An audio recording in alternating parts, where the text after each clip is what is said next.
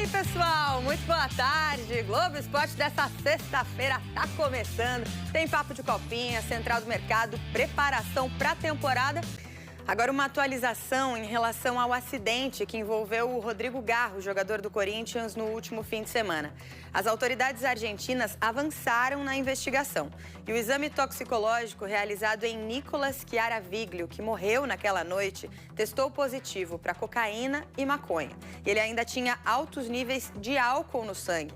Além disso, a vítima estava sem habilitação válida desde setembro de 2022. O Garro está no Brasil, na pré-temporada do Corinthians, e aguarda o andamento da investigação para prestar novos esclarecimentos à Justiça Argentina. O Globo Esporte está de volta e olha só, quando o Memphis chegou no Corinthians, teve quem disse que ele veio para o Brasil só a passeio, né? Mas colocou a faixinha na cabeça, fez a cabeça de todo mundo e aí o homem mudou essa conversa. E você lembra que ele estava dando rolê por todo canto em São Paulo? Pois é, nas férias não foi diferente, mas foi por todo mundo. É quase como uma série, que ganhou até nome, Rolê do Memphis. A Fiel acompanha e engaja cada postagem do jogador holandês. E o GE também tá colado nessa história, hein? Poucos jogadores de futebol sabem viver esse lugar como o Memphis Depay. O holandês gosta de aparecer de surpresa em tudo quanto é canto. Depois de passar pelas quebradas de São Paulo, Memphis inaugurou, digamos, a segunda temporada desse rolê.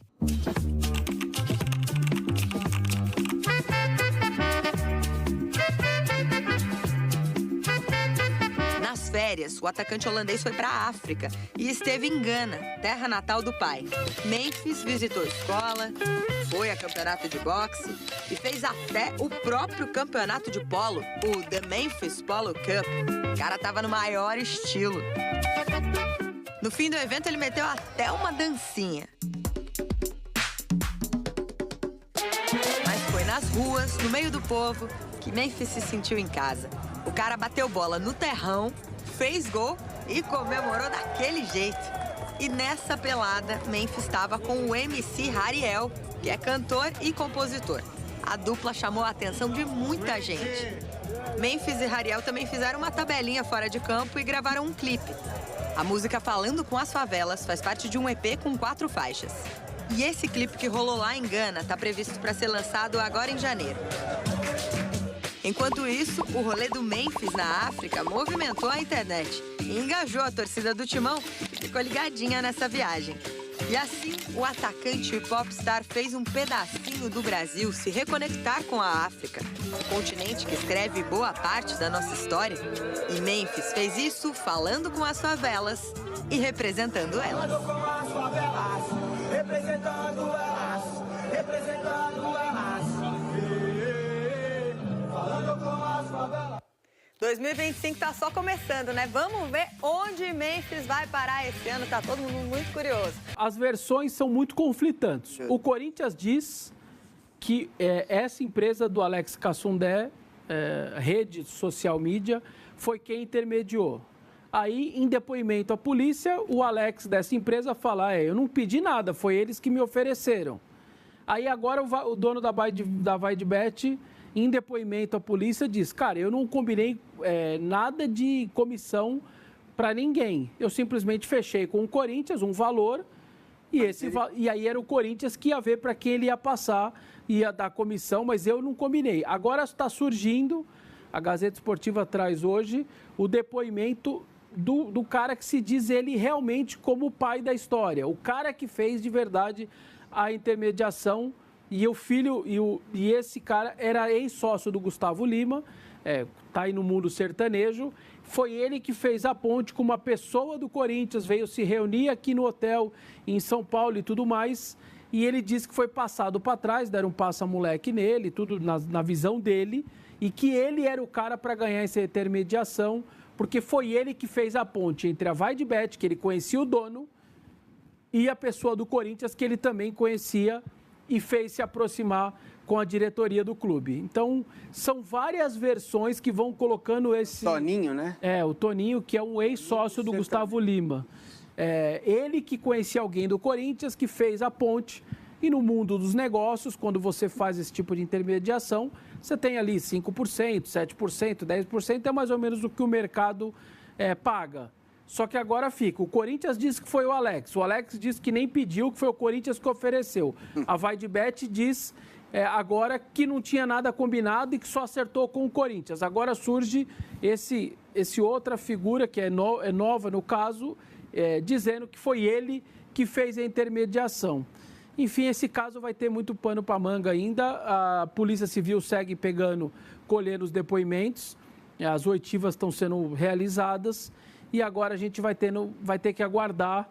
Mas é isso. Esse caso aí só vai ter uma solução a hora que sair o inquérito, indiciados e tudo mais. Vai demorar porque... Agora tem uma questão, né? Conseguiu um juiz nesse estado de São Paulo. E o Arnaldo, que não está entre nós por enquanto... Desculpa, fala. Não, para assinar a quebra do sigilo bancário sim. dos envolvidos. E pelo que falam também, que o lance do intermediário do Corinthians é um grãozinho perto de uma investigação muito maior. Ele é só que está sendo feito. Pontinha do novelo. Quase que a polícia não importa para ela quem é o intermediário.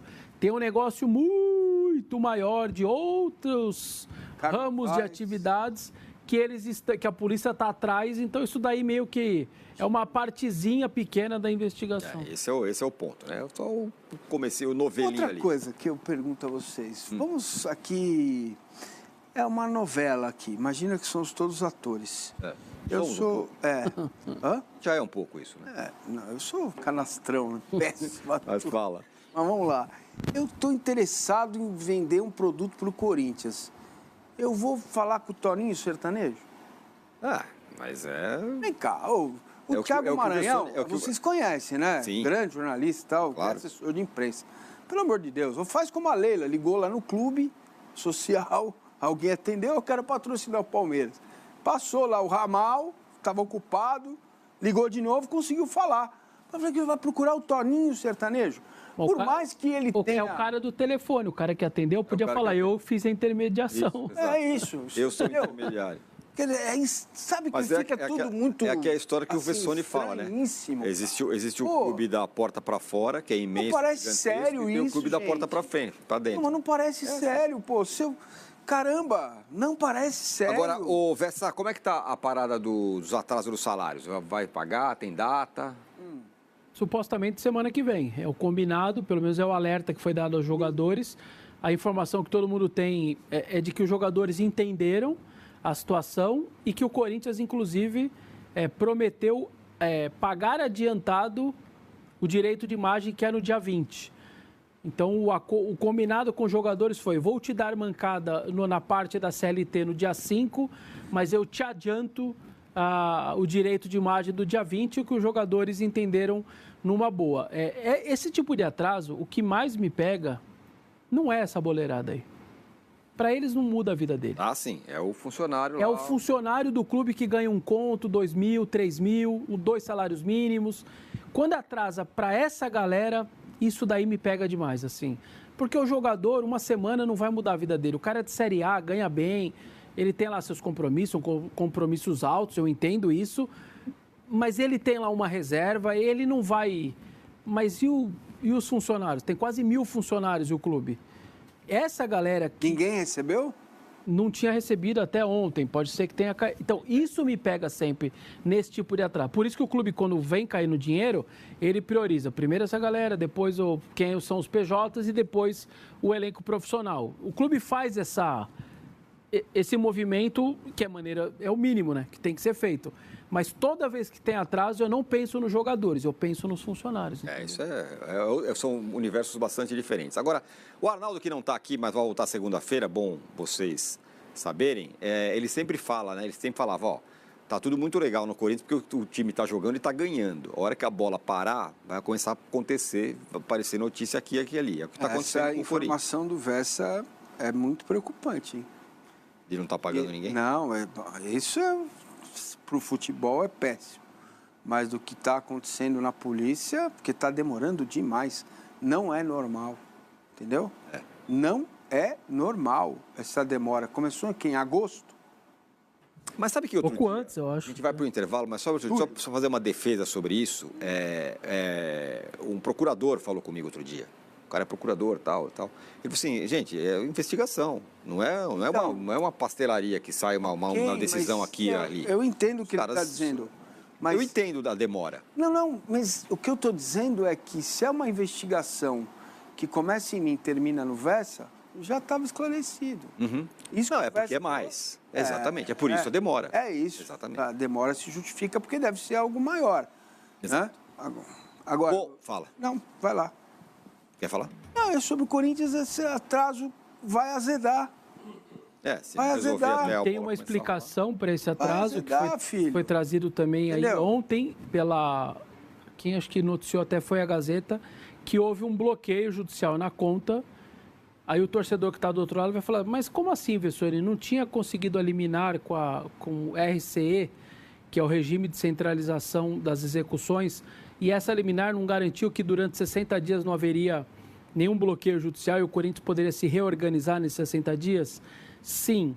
O problema é que o André Cury, o empresário do Yuri Alberto, conseguiu via Justiça Federal, ele achou uma brecha, o seu advogado, aliás, a sua irmã, né, advogada, achou uma brecha e foi pela Justiça Federal e não pela estadual. Alegando fraude.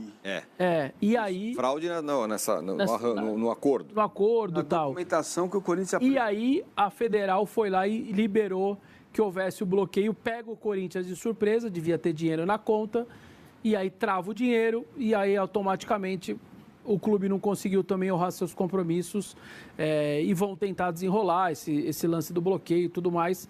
Mas era uma tranquilidade que o clube estava tendo, não tinha mais bloqueio judicial e agora vai ter que conviver com isso. Fiel, uma herança maligna foi deixada por André Sanches e Duílio Monteiro Alves. A gente nem merece ficar falando desses dois, mas mais 78 milhões aí de dívidas em relação a empresários de jogadores. É absurdo o tanto de dívida que essa dupla deixou em relação a empresários de jogadores que tinha parceria com eles aí, e 78 milhões para um único empresário. 5 casos na justiça em aberto desse único empresário. É um absurdo gigantesco. Mas a Fiel já mostrou a força que tem fazendo essa vaquinha aí para quitar a Neoquímica Arena, e o Corinthians é inquebrável. Nós vamos sair dessa e a gente vai mostrar a força que esse time tem. Se o Corinthians colocar e vai colocar em ordem a questão financeira, aí você vai ver de verdade o tamanho que esse clube tem, a força que ele pode exercer dentro da América Latina e também para o mundo. Vai ver a força que esse time pode ter. A gente tem informações aí, está sendo muito falado que Augusto Melo e Fabinho Soldado tá deixando muito claro a mensagem de que provavelmente essa janela vai ser zero contratações, a não ser que apareça oportunidades de mercado de jogador que está final de contrato com algum clube ou está sem clube, jogador que possa vir por empréstimo, que é o que o Corinthians está tentando aí com a Costa, entre outros jogadores. Se não for isso, dificilmente o Corinthians vai trazer algum jogador, exceto o caso especial do Pogba, que o Augusto Melo já confirmou que tem interesse e está buscando uma parceria, assim como foi com a Esportes da Sorte Memphis Depay. Se não houver nenhum patrocínio, nenhuma parceria, dificilmente o Corinthians consiga trazer o Pogba. Mas o Augusto Melo veio com muito bons olhos e parece sim que tem empresas aí interessadas em fazer essa parceria depois do sucesso que está sendo o Memphis Depay. Tirando isso, o Corinthians não deve fazer muito movimento ou nenhum movimento nessa janela de transferências, porque montou o time para esse ano na janela do meio do ano passado. A primeira janela foi terrível, mas a janela do meio do ano passado, de 2024, muitos jogadores que estão sendo destaque no time, fez o time terminar o ano em alta, apesar da eliminação na Copa do Brasil e Sul-Americana, fez o Corinthians montar um time que a diretoria está entendendo que é um bom time, um time forte para disputar a temporada de 2025. Você concorda? Eu acho ainda, e acho que você também entende, que o Corinthians precisa ainda de alguns reforços pontuais, mas se não trouxer, esse time é capaz de levantar título nesse ano? Eu acredito que sim, e a gente vai sair dessa fila. Vamos pra cima, Fiel, até o próximo vídeo, valeu!